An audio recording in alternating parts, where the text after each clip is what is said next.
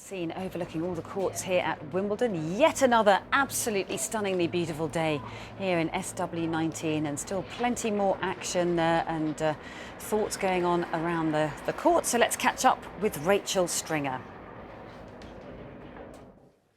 So I found Goldie Sayers. She is a three-time Olympian and she's also the British record holder at the Javelin. So Goldie, how are you enjoying your day at Wimbledon? It's beautiful out here. It is absolutely beautiful. I think apart from the Olympics, obviously, I think it's the best sporting event there is in the world. So it's just great to be here and having a day off, actually. So. And is it your first time at Wimbledon, or have you been many times before? I've been a couple of times before, but the tickets I've got on number one court, I don't think you could get better. Who's playing today? Who have you just watched then? So I watched Sharapova this morning. Djokovic is on in a minute. I haven't actually seen Stan yet because we were having a little wander, but I feel bad for saying that. But no, it's been fantastic tennis so far. Everyone talks about centre court, but obviously court one is just as good. Well, what you just said there. Yeah, it's much more open in a way. I mean, obviously, I'd love to be watching Murray on centre, but you can't have it all. So it's just great. It's just great to be here and soak up the atmosphere. I know you're a massive Murray fan. Then you just mentioned him. Are you rooting for him all the way? Yeah, I love Andy Murray. I think he's had a bit of a stick over the years, but I just think he's brilliant. I mean, he's one of the best, British sportsmen. So no, I'm always rooting for him. And off camera, me and my colleague Lizzie were just chatting because you played the Javelin, same kind of action as tennis.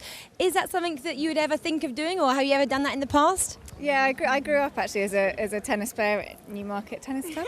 So I went so far. I had an average backhand at best. I always used to slice the ball. I just grew up. I don't know why. I just started slicing it, probably watching Steffi Graf, but could never topspin backhand the ball. So I think I was only ever going to get so far in tennis. And there's a few pushy parents, and mine weren't so pushy, so perhaps that didn't help.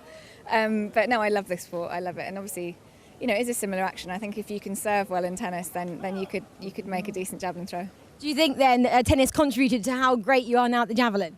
Yeah, probably. I played a lot of sports till I was about 18, and I think just the general mobility and coordination and spatial awareness. I mean, it's a rotational sport as well, so all those things, there's going to be some training components that are similar. So yeah, I think it definitely helped. I mean, I loved it, and I wish I played a bit more now, actually. And so those of you who don't know, the athletics season is currently in full kind of flow at the moment. The British Championships took place yesterday. You've been injured, and they're all trying to go to Beijing later on. I think it's about 6 weeks' time. Are you set to make that Championships this year? It's a little bit of a race against time. I think if I'm fully fit and can throw, then I can throw the qualifying of 61.